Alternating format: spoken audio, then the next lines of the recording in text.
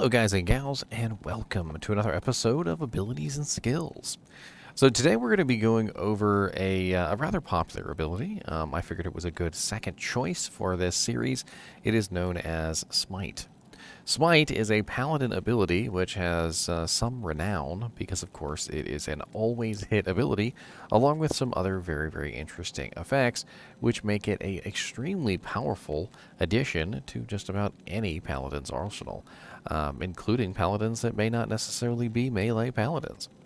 The very interesting thing about Smite is that, number one, it will always hit its target. Number two, it also applies a knockback effect. Number three, it cannot be interrupted. And number four, it's got a lot going for it. It has a stun on it. Now, let's take a look at the ability, and we'll have a go-over of what this ability is capable of, what we can do with it, and what potentially you might want to use it for. So as you can see right off the bat, we have a temporarily stun your enemy by bashing it with your shield. Always hits, mana cost 2, first level, damage plus 15%, and stun length of 0.6 seconds. And as we level it up, you will notice that the stun length goes up rather nicely, the damage percent goes up rather nicely, and it's just, those are the only two things that really increase, is the damage of the skill and the stun length duration. Now, you might be asking yourself, well, where does Smite pull its damage from? Does it pull its damage from my weapon? Well, the answer is no. Smite actually pulls its damage from the shield. If you look at your shield on a paladin, and this only works on a paladin, you will see that your shield actually has a smite damage written. So the smite damage of the Zachroom shield is 46 to 46. The smite damage of this dragon shield is 12 to 34. This monarch shield is 12 to 34. As you can see, various items have various amounts of smite damage, and as you look at various shields, like the ward has 11 to 35, and so forth and so on, these shields will apply a different amount of smite damage to those targets. It is not a unique effect. Paladin's smite damage is only viewable to paladins, but there is also a kick damage modifier, which is only viewable to assassins. As you can see, you cannot see a kick damage on this particular pair of boots, but if I were on an assassin, I would see the kick damage. Same thing goes for the shield. When you are on a paladin, you will get to see the smite damage of the shields. And that smite damage is the base modifier for all of the damage that you see on your character panel. Now, it is important to talk about what does not work with Smite and what does work with Smite. So let's go over the list of what does not work with Smite. Life and Mana Leech do not work. Deadly Strike and Critical Hit do not work. Knockback in addition to what is on the skill does not work, but the knockback that is on the skill, of course, still works. So you cannot add additional knockback to Smite. Elemental damage from equipment or charms does not work, and elemental damage from auras, like Holy Shock, Holy Fire, Holy Freeze, does not work. Magic damage from Sanctuary does not work. Gear and charms that add set amounts of damage, like plus maximum damage charms, do not work. However, there are specific pieces of equipment that add the plus damage attribute, like Grief, for instance, which do work. However, War Travelers is not the same effect, and War Travelers do not work. It's very interesting which ones will work and which ones won't. There actually is a large variety of items, like, for instance, Redeemer, Astron's Iron Ward, Stone Crusher, Grief. Those will work because of the damage modifier, the way that those calculations are actually added. It's one of the reasons why Astrion's Iron Ward is pretty much the best PVM smiter weapon. But despite the fact that Astrion's Iron Ward is the best PVM smiter weapon, Grief is still chosen over it, specifically because, well, Grief is much better in PvP, and most people would like to have a universal item. Grief is also a lot easier to come by than a perfect Astron's Iron Ward also, so keep that in mind. Enhanced damage on your weapon does not affect your smite damage. Enhanced damage to demons and enhanced damage to undead also does not affect your smite damage. So I want you to keep that in mind. And let's talk about what actually does work. So to affect Smite, bonus damage from Strength actually does work. It increases the damage of Smite by 1% per trying to remember. Each point of strength is 1% ED, I think. Crushing Blow does work, and Crushing Blow is a very big thing, and the reason why people love to use Smite. The Always Hits attribute of Smite allows you to utilize Smite even on a character that is not a Smiter, specifically to apply Crushing Blow to a target. Weapon range actually works on Smite, and weapon speed works on Smite. Life tap charges can work on Smite because Smite is physical damage, and life tap works with physical damage effects. For instance, Berserk is a magic damage attack, and life tap does not work with Berserk. Freeze's target works with Smite. We also have Slow's target, like for instance on Astrion's Iron Ward, I believe, has a small slow. I think it's 33% or something like that. Those effects do work with Smite. Prevent Monster Heal and Open Wounds both work with Smite as well. So as you can see, what actually does work with the ability is very, very good. There are definitely quite a few things that do not work with Smite, but you can modify Smite in many ways to make it very, very effective. Now, I do think it's important to point out that you don't necessarily need to max out Smite to get the most benefit from it. Smite doesn't necessarily need to be your main damage ability. Most people will actually use Smite specifically for the purposes of applying Crushing Blow and Open Wounds. Those are the two main things that it is used for. So if you are fighting, say for instance, Uber Mephisto, and you would like to apply Open Wounds and Crushing Blow with a guaranteed hit, Smite is a very, very interesting way to do that. Now, you can, of course, build a full-powered smiter who has no other purpose but to smite. And if you were going to do that, you would most likely max out Smite, and you would also most likely max out Holy Shield. And the reason why you would max out Holy Shield is because Holy Shield brings up the smite damage of your shield. It is one of the definite perks of Holy Shield, is that when you have it very, very high, you will notice that it adds a relatively large amount of smite damage to the shield. Now, when you cast Holy Shield, you will actually see the smite damage get added directly to the shield. So right now you can see I'm at 46 to 46, and when I cast Holy Shield, I go up to 123 to 126, and that definitely increases my my smite damage. And right now, my smite damage is 1,123 to 1,150. Now, the beauty of having an ability that always hits, the beauty of having an ability that stuns and knocks back the target, I mean, all of which are fairly effective. You can pretty much just stand here and you could just smite forever, and you could do pretty nice amounts of damage. The downsides of Smite are that it does not life steal. It does not have the ability to mana steal. So you will run into situations where unfortunately you will run out of mana, and also you could potentially die. Smite is very often combined with life tap specifically for that purpose, so that the smiters do not die. There are two variables that people will love to use for this particular effect. One is an Exile Shield, which has life tap charges. There is also Dracul's Grasp, which has life tap charges. Sorry, not charges. Proc chance to cast. Life tap chance to cast. Dracul's Grasp also has chance to cast life tap, and then if you're insanely rich, Last Wish has a chance to cast life tap as well. All of these can actually be extremely useful to help keep your Paladin in good health during his smiting endeavor. Now, you might be asking, could Smite be useful on any Paladin? And the answer is yes. If you are a Vengeance Paladin, if you are a Zeal Paladin, if you are a Hammerdin, if you are a Fist of the Heavens Paladin, it does not really matter what Paladin you are. If you can squeeze in a little bit of Crushing Blow, if you can squeeze in a little bit of Open Wounds, having Smite will definitely be better than not having Smite, because being able to apply a massive amount of damage with relative ease and basically a guaranteed hit that completely ignores defense and you know, attack rating is certainly a very, very awesome ability. And it's no wonder that people have utilized it very, very effectively.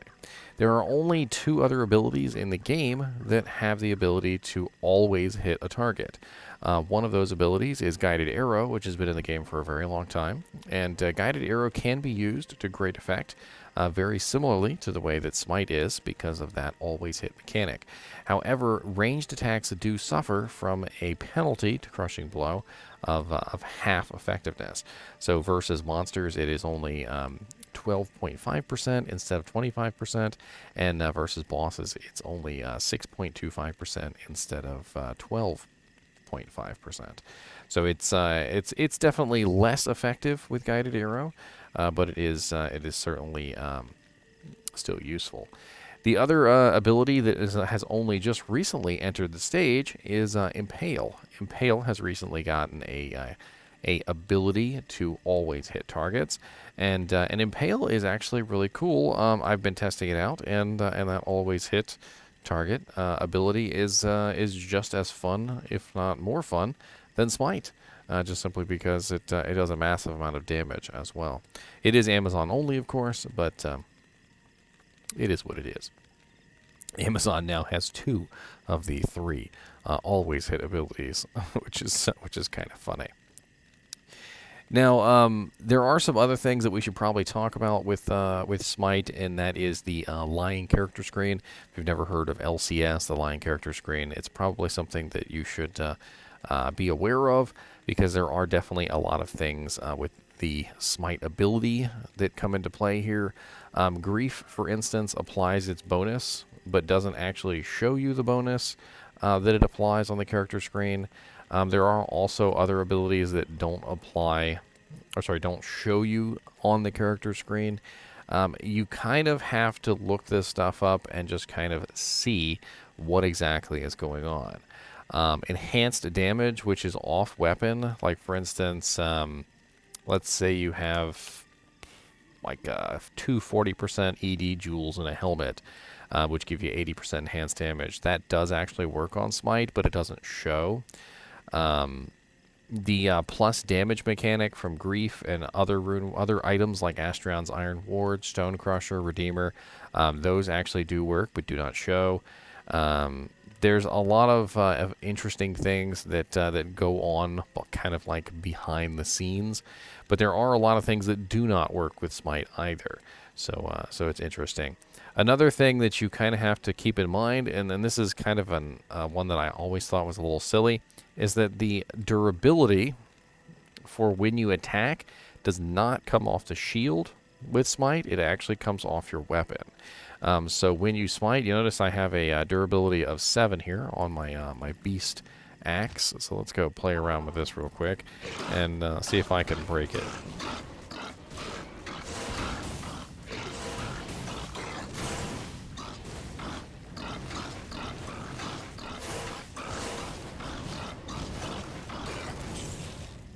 Of course, it wouldn't be a good Smite video if it didn't go around smiting things, now would it?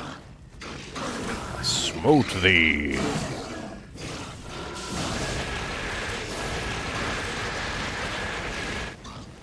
Man, them sound effects, though.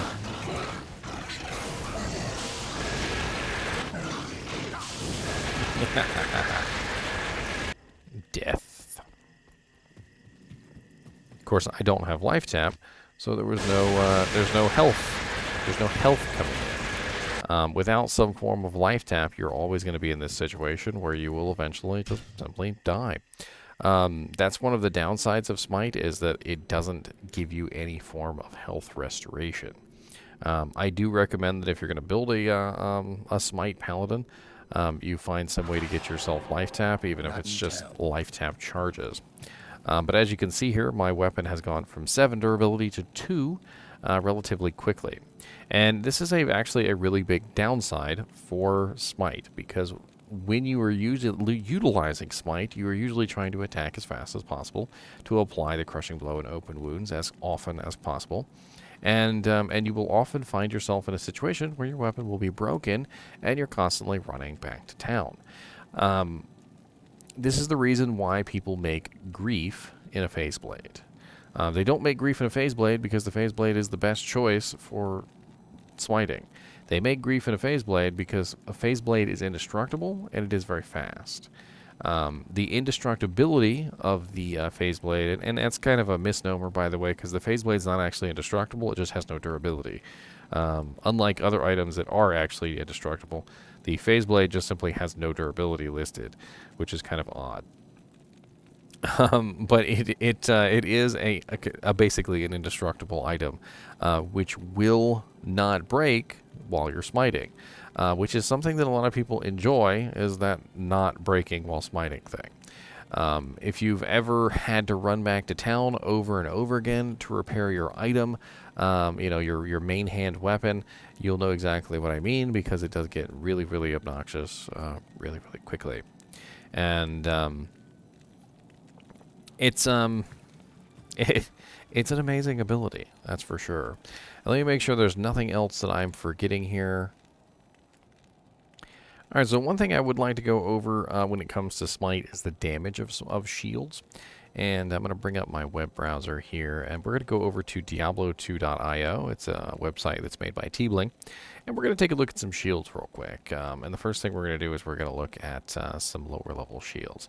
So we're going to look at the normal quality shields. And I'd like to show you the difference in the smite damage.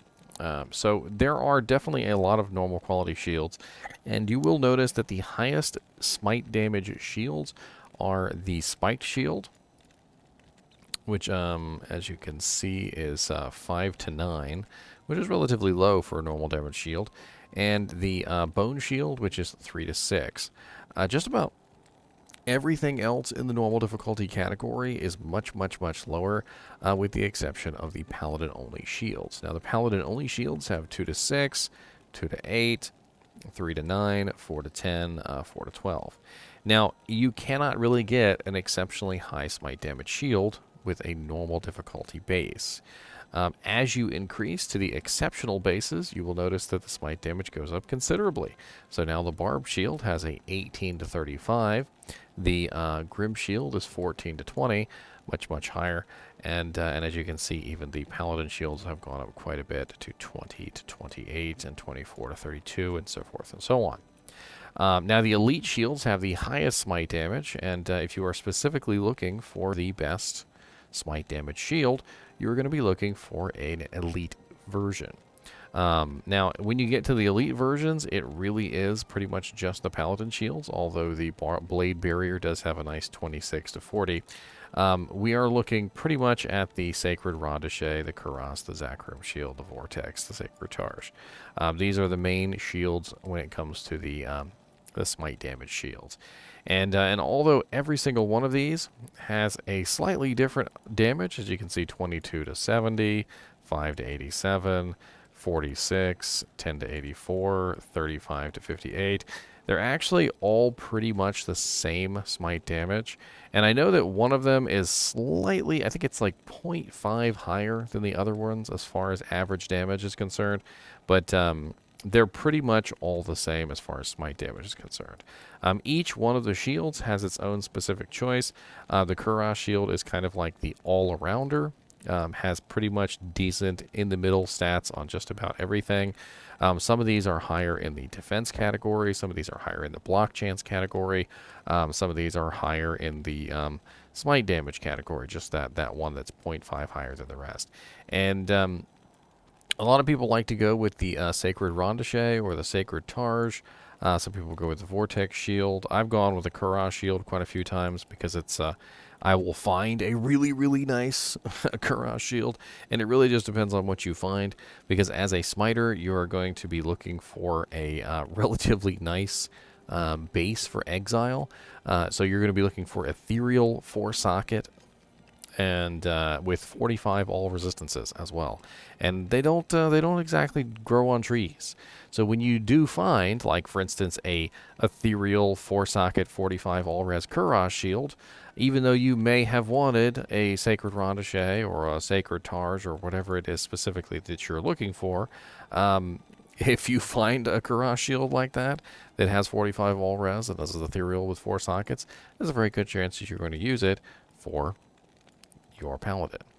And this is kind of what it comes down to, is if you're specifically looking at this smite damage, if smite damage is your main priority, you're definitely going to want to get your hands on a very nice elite base.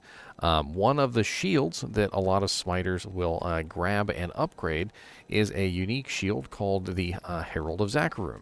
Now, the Herald of Zakarum shield is a very, very nice shield because it has the ability to be upgraded to an elite base, and it is also just a very, very nice shield in general. And I'm going to pull that up really quickly, and I'm going to show you guys. So the Herald of Zakarum shield, which is right here behind my head, doesn't have very high smite damage. It's only 20 to 28. But it has very, very nice stats. And what a lot of people will do is upgrade the Herald of Zakarum shield. Now, the Herald of Zakarum shield is a gilded shield. And if we go to the gilded shield, you will see it is an exceptional base, which means it can be upgraded for more smite damage. So if you specifically want to upgrade it, you can upgrade the gilded shield to the Zakarum shield, which is the elite version. And the Zakarum shield, of course, has the 46 to 46 smite damage, which is a very, very nice round number, which means you're going to be doing pretty nice damage. Some of the shields have very low mins and some have very high maxes, but the Zakarum shield has that just flat 46. Like, you're just doing pretty much the same amount no matter what. I can't think of a lot more to talk about when it comes to Smite. It definitely is an amazing ability, and it definitely is one that a lot of Paladins should put into their arsenal, even if just for the ability to apply Crushing Blow and open wounds to a target. The fact that you can do so, of course, without any attack rating or even worrying about the defense of the monster is certainly very nice, and it can be used to apply other effects like slows target and other such niceties. The PvP aspect of Smite is also something that I think needs to be talked about because of course, the fact that it stuns and knocks back targets and applies its damage irregardless of the player's defense. I mean, you could literally be going up against a player that has, like 30,000 defense, and it doesn't matter. When you smite them, you can hit them every single time. And of course, that ability, which is going to land no matter what, is going to be extremely powerful in a PvP setting. And that's the reason why Smite tends to be used a lot in PvP. It can also be used in tandem for its stun ability and of course its knockback ability. All three of which are very, very nice. Combined with the fact that Smite can't be interrupted. Anyway, as always, I do appreciate you guys and gals watching my videos, and I hope you look forward to the next episode of Skills and Abilities. I'm kind of just like messing around with the idea at this particular point. If you guys have any specific suggestions on the next ability that you would like to have a video on, I am more than happy to take suggestions. And as always, keep watching.